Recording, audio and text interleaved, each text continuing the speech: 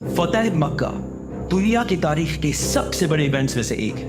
मक्का को फतह करने के 2 साल पहले मुसलमानों और काफिरों के दरमियान एक एग्रीमेंट सुलह हुदैबिया हुई, जिसका एक पॉइंट ये था कि 10 साल तक मुसलमानों और मक्का वालों के दरमियान कोई लड़ाई नहीं हुई और अरब के सारे कबीलों के पास आज़ादी है कि वो मुसलमानों और काफिरों में से किसी के साथ भी पार्टनरशिप कर सकते हैं। और अगर इन कबीलों में से भी किसी ने एक दूसरे पर हमला किया तो सुलह हुदैबिया खत्म हो जाएगी। बनु बकर और बनु खुज़ाफ एक दूसरे के बहुत पुराने दुश्मन कबीले थे। बनु बकर पावरफुल और इन्फ्लुएंशियल कबीला था, तो उन्होंने सोचा कि अब इन कमजोर मुसलमानों से क्या पार्टनरशिप करें। तो उन्होंने उस टाइम ज्यादा पावरफुल और रिच कबीले कुरैश के साथ पार्टनरशिप की। बनु खुज़ाफ के पास और कोई ऑप्शन नहीं था, तो उन्होंने मुसलमानों के साथ पार्टनरशिप। ये हालात सुलह हुदैबिया के टाइम पर थे, लेकिन उससे कुछ ही अरसे बाद मुसलमानों ने अरब के सबसे रिच टिलों में से एक खैबर को फतह किया और उसके बाद रोमन एम्पायर से भी जंग मुता में टक्कर ली। तो अब मुसलमानों के हालात बिल्कुल बदल गए और अब कुरैश कमजोर पार्टी बन चुकी। तो कुरैश हर टाइम इस कोशिश में रहती कि किसी भी तरह 10 साल लड़ाई ना करने की जो एग्रीमेंट है वो खत्म ना हो। लेकिन कुरैश के पार्टनर बनु बकर ने पुरानी दुश्मनी की वजह से मुसलमानों के दोस्त बनु खुज़ा के काफी लोगों को रात के अंधेरे में कत्ल कर दिया। बनु खुज़ा कमजोर थे, तो वो सीधा रसूलुल्लाह सल्लल्लाहु अलैहि वसल्लम के पास आए और उनसे मदद मांगी। मक्का वालों को जब इस बात का पता चला तो वो बहुत डर गए और उन्होंने फौरन अबू सुफियान को मदीना भेजा। अबू सुफियान जैसे ही मदीना पहुंचा वो सीधा अपनी बेटी उम्मे हबीबा के घर गया, जो रसूलुल्लाह सल्लल्लाहु अलैहि वसल्लम की वाइफ थी, जिन्होंने अपने बाप और खानदान के खिलाफ जाकर इस्लाम कबूल किया था। जैसे ही अबू सुफियान अपने बेटी के घर में दाखिल हुए तो उनकी बेटी ने कारपेट हटा दी। तो अबू सुफियान ने पूछा कि आई डोंट अंडरस्टैंड, ये कारपेट मेरे लायक नहीं है या मैं इस कारपेट के लायक नहीं। तो उसकी बेटी ने कहा, इस कारपेट पर रसूलुल्लाह सल्लल्लाहु अलैहि वसल्लम बैठते हैं और आप एक नापाक मुशरिक हैं। अबू सुफियान को इस बात पर बहुत गुस्सा आया और वो सीधा रसूलुल्लाह सल्लल्लाहु अलैहि वसल्लम के पास गया और उनसे भीख मांगी कि हमने सुलह हुदैबिया खत्म नहीं की। लेकिन रसूलुल्लाह सल्लल्लाहु अलैहि वसल्लम ने उसकी बात नहीं मानी। फिर वो अबू बकर रज़ियल्लाहु अन्हु के पास गया और उनसे भीख मांगी। फिर उमर रज़ियल्लाहु अन्हु, फिर अली रज़ियल्लाहु अन्हु, सब के पास जाकर उन्होंने भीख मांगी, लेकिन किसी ने भी उनकी बात नहीं मानी। अबू सुफियान ने इसके बाद सीधा मक्का पे और सबको बताया कि अब हमें बचाने वाला कोई नहीं, सुलह हुदैबिया खत्म हो चुकी। लेकिन मक्का वालों ने मुसलमानों की तरफ से इतनी जल्दी हमला एक्सपेक्ट नहीं किया। मदीना में रसूलुल्लाह सल्लल्लाहु अलैहि वसल्लम ने किसी को भी बताए बगैर हमले की तैयारियां शुरू कर और किसी को भी नहीं बताया कि हमला कब, कहां और किस पर हो रहा है। इवन हजरत अबू बकर रज़ियल्लाहु अन्हु ने अपनी बेटी आयशा रज़ियल्लाहु अन्हा से पूछा तो हजरत आयशा रज़ियल्लाहु अन्हा ने भी कहा कि आई हैव नो आइडिया। रसूलुल्लाह सल्लल्लाहु अलैहि वसल्लम ने अरब के लोगों को और कंफ्यूज करने के लिए एक छोटी फौज मदीना से मक्का की बजाय रोमन एम्पायर की तरफ रवाना की, ताकि लोगों को लगे कि मुसलमान रोमन एम्पायर पर हमला कर रहे हैं, मक्का को कोई कुछ नहीं कह रहा। लेकिन रसूलुल्लाह सल्लल्लाहु अलैहि वसल्लम के एक बहुत ही ट्रस्टेड सहाबी हातिब ने मक्का वालों को एक लेटर लिखा कि मदीना में हमले की बहुत जोरों शोर से तैयारी हो रही और हो सकता है मुसलमान मक्का पर हमला कर। और ये खत उसने एक औरत को दिया कि वो मक्का तक पहुंचाए, लेकिन रसूलुल्लाह सल्लल्लाहु अलैहि वसल्लम को अल्लाह की तरफ से पहले ही बता दिया गया। तो उन्होंने अली रज़ियल्लाहु अन्हु को इस औरत को रोकने के लिए भेजा। हजरत अली रज़ियल्लाहु अन्हु ने उस औरत को रोक लिया और उसे कहा, लेटर। उस औरत ने कहा, लेटर? मेरे पास कोई लेटर नहीं है। तो हजरत अली रज़ियल्लाहु अन्हु ने कहा कि ये रसूलुल्लाह सल्लल्लाहु अलैहि वसल्लम ने कहा है, तो अब ये हो नहीं सकता कि तुम्हारे पास लेटर ना हो। लेटर।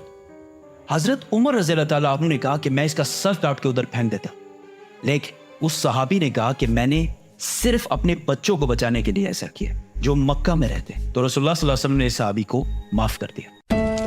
5 हिजरी में मक्का से 10,000 लोग मदीना फतह करने के लिए आए थे और अब सिर्फ 3 साल बाद मदीना से 10,000 लोग मक्का फतह करने के लिए रवाना। रसूलुल्लाह सल्लल्लाहु अलैहि वसल्लम का इंटेलिजेंस का निजाम इतना जबरदस्त था कि मुसलमान बिल्कुल मक्का के पास पहुंच गए और मक्का वालों को पता भी नहीं चला। तो रसूलुल्लाह सल्लल्लाहु अलैहि वसल्लम ने मक्का वालों के दिलों में खौफ डालने के लिए मुसलमानों से कहा कि मक्का के चारों तरफ खाना पकाने के लिए आग लगा। तो जैसे ही रात हुई मक्का वालों ने देखा कि मक्का के चारों तरफ आग लगी हुई है, जिससे उनके सारे हौसले टूट गए और आखिर मक्का के सरदार अबू सुफियान ने भी हार मान और वो उसी रात रसूलुल्लाह सल्लल्लाहु अलैहि वसल्लम के पास गए। तो रसूलुल्लाह सल्लल्लाहु अलैहि वसल्लम ने अबू सुफियान से कहा कि क्या अब भी वक्त नहीं आया کہ تم جان لو کہ میں اللہ کا رسول ہوں۔ تو ابو سفیان نے کہا کہ میرے دل میں ابھی بھی شک ہے، لیکن انہوں نے اسلام قبول کر لیا۔ تو رسول اللہ صلی اللہ علیہ وسلم نے آرڈر دیے کہ کل ابو سفیان کو ایک اونچی جگہ پر کھڑا کیا جائے تاکہ وہ مسلمانوں کو فل پاور کے ساتھ مکہ فتح کرتے ہوئے دیکھ سکے۔ اس سب سے 8 سال پہلے رسول اللہ صلی اللہ علیہ وسلم جس مکہ کو صرف ایک اور مسلمان کے ساتھ چھوڑ کر گئے، اب 10,000 مسلمانوں کے ساتھ اسی مکہ میں واپس داخل ہو رہے تھے۔ خالد بن ولید رضی اللہ تعالیٰ عنہ ساؤتھ اور زبیر بن عوام رضی اللہ تعالیٰ عنہ لیفٹ سائڈ سے مکہ میں داخل ہوئے، اور رسول اللہ صلی اللہ علیہ وسلم نے ان کو کلیئر آرڈرز دے دیے کہ کسی کو بھی بے وجہ قتل نہیں کرنا۔ ابو سفیان نے اس اونچی جگہ سے مسلمانوں کی فوج کی طاقت دیکھنے کے بعد کہا کہ اب ہمارے بھائی کے بیٹے کو دنیا میں کوئی بھی نہیں روک سکتا۔ کچھ لوگوں نے پھر بھی لڑائی کرنے کی کوشش کی، لیکن خالد بن ولید رضی اللہ تعالیٰ عنہ نے انہیں رسول اللہ صلی اللہ علیہ وسلم اللہ کا بہت شکر ادا کرتے ہوئے مکہ میں داخل ہوئے، اور جب وہ کعبہ کے پاس پہنچے تو کعبہ کا دروازہ بند، تو انہوں نے علی رضی اللہ تعالیٰ عنہ کو عثمان بن طلحہ کے پاس بھیجا، کیونکہ کعبہ کی چابی بہت صدیوں سے عثمان بن طلحہ کے خاندان کے پاس تھی۔ حضرت علی رضی اللہ تعالیٰ عنہ نے ان سے جب چابی کا پوچھا تو انہوں نے انکار کر دیا، تو حضرت علی نے ان سے زبردستی چابی چھین لی۔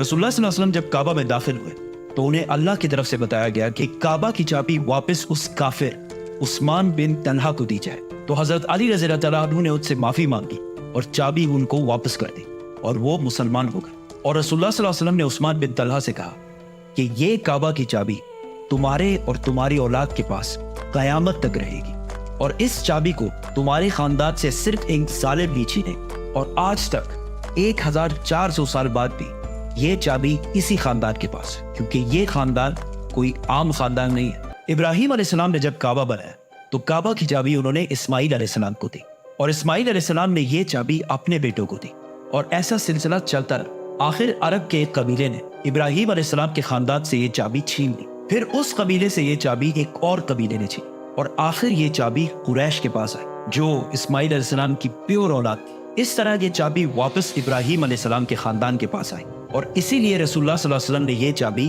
اسی خاندان کے پاس رہنے دی، تاکہ قیامت تک کعبہ کی خیال رکھنے کی ذمہ داری ابراہیم علیہ السلام کے خاندان کے پاس ہی رہے، اور آج تک یہ چابی اسی خاندان کے پاس ہے۔ رسول اللہ صلی اللہ علیہ وسلم نے کعبہ کے اندر موجود 360 بتوں کو توڑ دیا اور مکہ کو ایک ہولی سٹی ڈکلیئر کیا کہ مکہ میں کوئی بھی لڑائی نہیں کرے گا۔ لیکن بہت سال بعد ایک مسلمان حجاج بن یوسف نے اسی مکہ پر توپوں کے ساتھ حملہ کیا۔ یہ سٹوری بھی پھر کریں گے تو سبسکرائب۔ مدینہ کے انصار اس خوف میں تھے کہ مکہ فتح ہونے کے بعد رسول اللہ صلی اللہ علیہ وسلم ان کو چھوڑ کر اپنی نیٹو سٹی مکہ کو اپنا کیپٹل بنائے۔